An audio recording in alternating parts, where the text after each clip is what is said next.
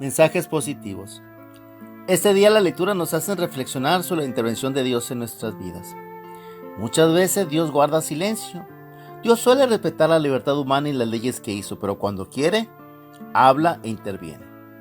En la primera lectura, tomada del segundo libro de Samuel en el capítulo 12, vemos cuando David manda al profeta Natán a recriminar a David sus pecados.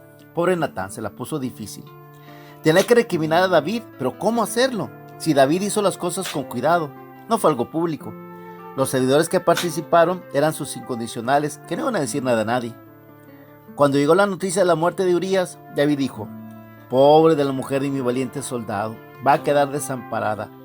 Yo la recogeré para ayudarla. Y la gente dijo: qué noble gesto de nuestro rey.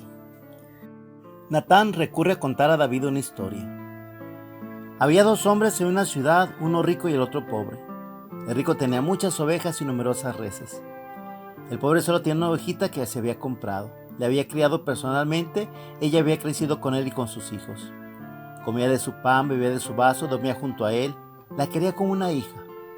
Un día llegó un visitante a la casa del rico, y este no quiso sacrificar ninguna de sus ovejas ni de sus reses, sino que se apoderó de la ovejita del pobre para agasajar a su huésped. La historia hizo que David montara en cólera y pusiera su propia sentencia. ¿Verdad de Dios que el hombre que ha hecho esto debe morir? Puesto que no respetó la ovejita del pobre, tendrá que pagar 4 veces su valor. Entonces el profeta le hace ver las cosas. Ese hombre eres tú. Por eso te manda decir el Señor: la muerte por espada no se apartará nunca de tu casa, pues me has despreciado al apoderarte de la esposa de Urías elitita y hacerla tu mujer. Yo haré que de tu propia casa surja tu desgracia. Te arrebataré a tus mujeres ante tus ojos, se las daré a otro que dormirá con ellas en pleno día. Tú lo hiciste escondidas, yo lo cumpliré esto que te digo ante todo Israel y a la luz del sol. Ahí David pudo haberse defendido. A ver, demuéstrame que hice eso que dices. Cuando uno cae en el pecado, los pecados suelen encadenarse y un pecado nos lleva a otro. A David, la soberbia lo llevó a la pereza lo llevó a la lujuria lo llevó a la mentira lo llevó al crimen, y pudo haber puesto otro eslabón en esa cadena, mandando matar al profeta por calumniarlo. Pero justo ahí, David rompe la cadena del pecado. Ahí mostró por qué es el hombre según el corazón de Dios. Aunque me cometió pecados, supo reconocer los que para la mayoría es tan difícil. David en ese momento baja su cabeza y humildemente dice: he pecado contra el Señor. En la historia que le dijo el profeta, David había puesto su propia sentencia: ese hombre debe morir. Pero dice Natán: el Señor te perdona tu pecado, no morirás. Dios lo perdona, pero las consecuencias del pecado van a actuar por sí mismas. Los pecados traen consecuencias al margen del perdón de Dios. En el texto aparecen como mandadas por Dios, pero son cosas que van implícitas a nuestras malas acciones. En este caso, el niño, fruto de esa mala relación, muere, y es algo que a David le duele mucho. David tuvo que afrontar cosas muy dolorosas dentro de su familia. Muchas cosas que interpretamos como castigos de Dios son simples reacciones de nuestras malas acciones. Las cosas malas tienen una dinámica que va desarrollando consecuencias nefastas. En el capítulo 13 del segundo libro de Samuel, vemos otra de las tragedias que ocurrió en la familia de David. Su hijo mayor, Amón, violó y despreció a su media hermana Tamar. Absalón, que también era hijo de David, vengó el honor de su hermana asesinando al primogénito que era el heredero al trono.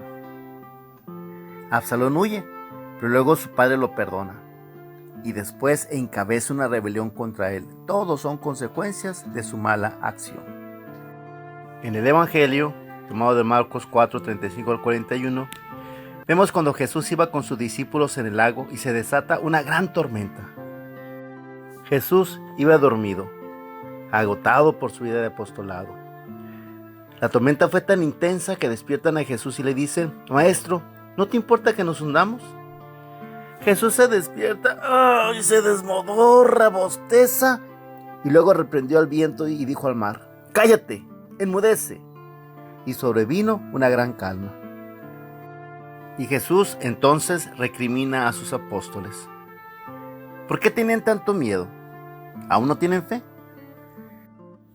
Los discípulos dicen entonces: ¿quién es este a quien hasta el viento y el mar obedecen.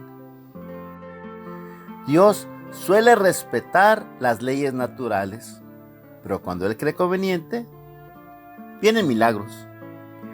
Dios interviene de esta manera en nuestra vida cuando en su plan de salvación hay necesidad de hacerlo, pero suele no hacerlo tan explícitamente.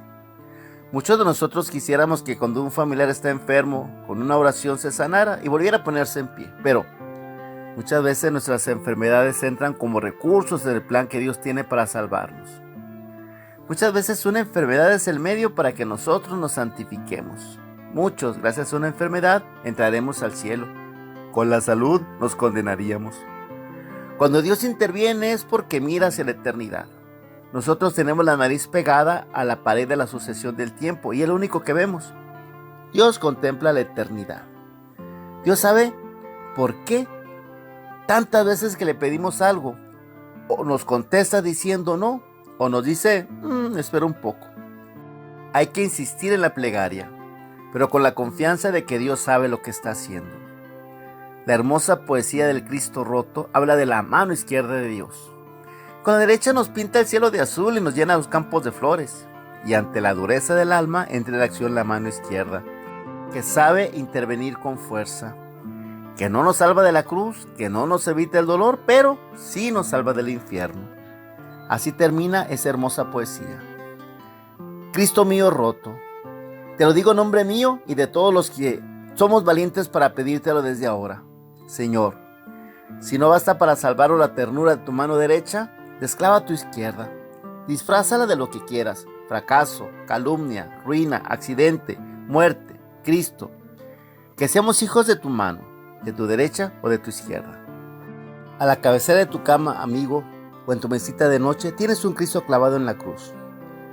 Porque esta noche antes de acostarte no le ves a la mano izquierda. Dios sabrá compensarte ese gesto de valor y resignación cristiana. Mensajes positivos.